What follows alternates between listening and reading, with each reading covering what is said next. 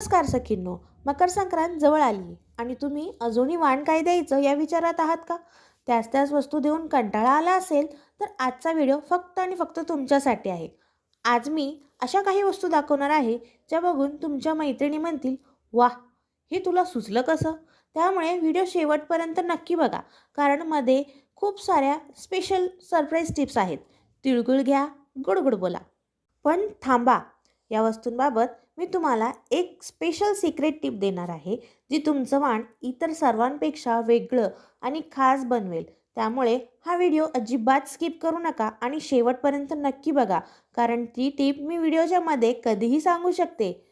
मकर संक्रांतीसाठी eco friendly पर्यावरणपूरक वाण आजकाल खूप ट्रेंडमध्ये आहेत. यामुळे पर्यावरणाचे रक्षण तर होतेच, शिवाय हे वाण खूप काळ आठवणीत राहतात. इथे काही खास इको फ्रेंडली वाण आयडियाज आहेत फक्त तुमच्यासाठी. तुळशीचे रोप. संक्रांतीला तुळशीचे रोप देणे अत्यंत शुभ मानले जाते. बियांचे पाकिट्स, असे पेन किंवा कागद मिळतात ज्यात बिया असतात. वापरून झाल्यावर ते जमिनीत लावले की त्यातून रोप येते. एअर प्युरिफायरिंग प्लांट्स पण तुम्ही देऊ शकता.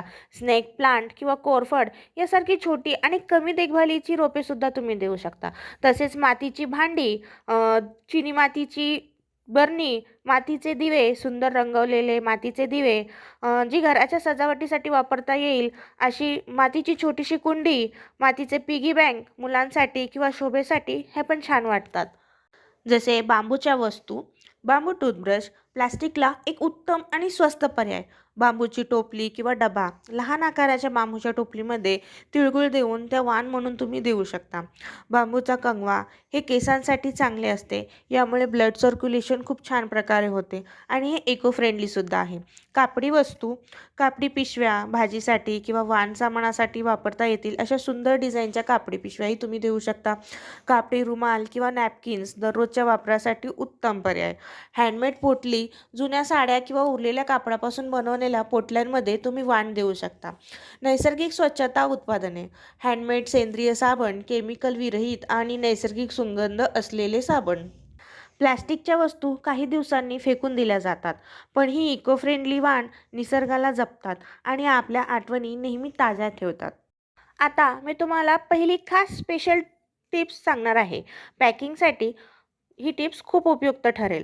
नुसती वस्तू देण्यापेक्षा ती प्रेमाने सजवून दिली की तिचं महत्त्व वाढतं. तुम्ही घरच्या घरी रंगीत कागद, लेस किंवा ओढणीच्या कापडाचा वापर करून वाण पॅक करू शकता. यांनी खूप छान प्रकारे सजवू शकता. किचनसाठी उपयुक्त अशा गोष्टी. सखींनो, स्टीलच्या वाट्या किंवा डबे तर आपण नेहमीच देतो, पण यावेळेस तुम्ही सिलिकॉनचे स्पॅच्युला किंवा सिलिकॉन लीड्स, उरलेलं अन्न किंवा वाट्या झाकण्यासाठी प्लॅस्टिक फिल्मऐवजी हे सिलिकॉन कव्हर्स खूप कामाला येतात. हँगिंग हुक्स, किचनमध्ये पळ्या किंवा नॅपकिन्स टांगण्यासाठी हे खूप स्वस्त आणि उपयुक्त पडतात. बॅग सीलर क्लिप्स, उघडलेली पाकिटं, उदाहरणार्थ बिस्किट किंवा डाळी, मसाले हवाबंद ठेवण्यासाठी या क्लिप्स अतिशय उपयुक्त आहेत. जर तुम्हाला काहीतरी वेगळं द्यायचं असेल तर आरोग्याशी संबंधित ही तुम्ही काही गोष्टी वाण म्हणून देऊ शकता. तांब्याचा पेला किंवा पाण्याची बाटली आरोग्य जपण्यासाठी हे एक उत्तम वाण ठरेल. ड्रायफ्रूटची छोटी पाकिटे, बदाम, अक्रोड, काजू यांची छोटी आकर्षक पाकिटे बनवून तुम्ही देऊ शकता. तसेच हर्बल टी बॅग्स, या तर आता खूप ट्रेंडमध्ये आहेत. तुळशी, गवती चहा किंवा ग्रीन टी असे पाकिटेही तुम्ही देऊ शकता. तसेच काही मैत्रिणी आपल्या धार्मिक असतात, अशा वेळेस आपण धार्मिक आणि आध्यात्मिक गोष्टीही वाण म्हणून देऊ शकतो. जसे की आरती संग्रह पुस्तक, छोट्या आकाराचे स्तोत्र किंवा आरतीचे पुस्तक तुम्हाला खूप कमी किमतीत मिळून जातील, अगदी 5 ते 10 रुपयात. अत्तर किंवा अगरबत्ती, चांगल्या प्रतीचे नैसर्गिक अत्तर किंवा सुगंधी धूपकाड्या, धातूची छोटीशी समई निरांजन पूजेच्या घरात वापरण्यासाठी या वस्तू नक्कीच उपयोगात येतील. छोटे निरांजनही तुम्ही देऊ शकता. सखींनो, अर्ध्या आयडियाज तर बघून झाल्या, पण आत्ता वेळ आली आहे त्या स्पेशल सिक्रेट टिपची, जिची मी सुरुवातीला चर्चा केली होती. बघा, आपण वाण तर खूप मनापासून देतो, पण ते वाण देताना या गोष्टीची काळजी घेतली तर तुमची छाप पडल्याशिवाय राहणार नाही. ती टीप म्हणजे वाण देताना ते कधीही रिकामं देऊ नका.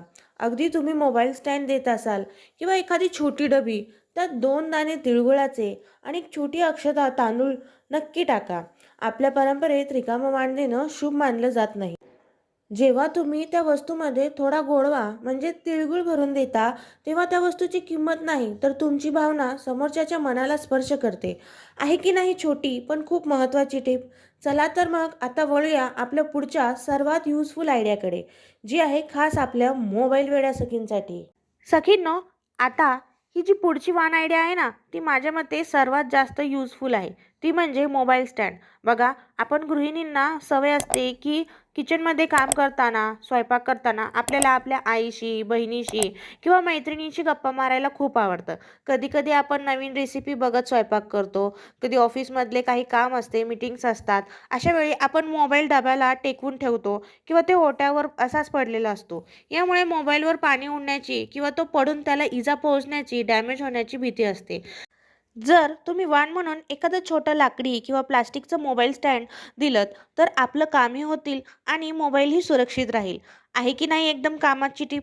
म्हणूनच म्हणते, हा व्हिडिओ शेवटपर्यंत पहा, कारण अशाच अजून भन्नाट आयडियाज मी तुमच्यासाठी घेऊन आले आहे. घराच्या सजावटीसाठी काही वस्तूही तुम्ही वाण म्हणून देऊ शकता. जसे की पाण्यात तरंगणारे दिवे, फ्लोटिंग कॅन्डल्स दिसायला खूप सुंदर दिसतात. तसेच रंगीत रांगोळीचे पेन, स्टेन्सिल्स ज्यांना रांगोळी काढायला आवडते त्यांच्यासाठी हे तर खूप सोयीचे असते. तोरण बनवण्याचे साहित्यही तुम्ही देऊ शकता. छोटे मणी किंवा आरसे असलेले डेकोरेटिव्ह पीस, पर्सनलाइज्ड किंवा पारंपरिक डिझाईन्सचे किचेन्सही तुम्ही देऊ शकता. सखींनो, आतापर्यंतच्या आयडियाज कशा वाटल्या? कमेंटमध्ये लगेच सुपर किंवा नाईस लिहून कळवा. म्हणजे मला कळेल की तुम्हाला माझे प्रयत्न आवडत आहेत.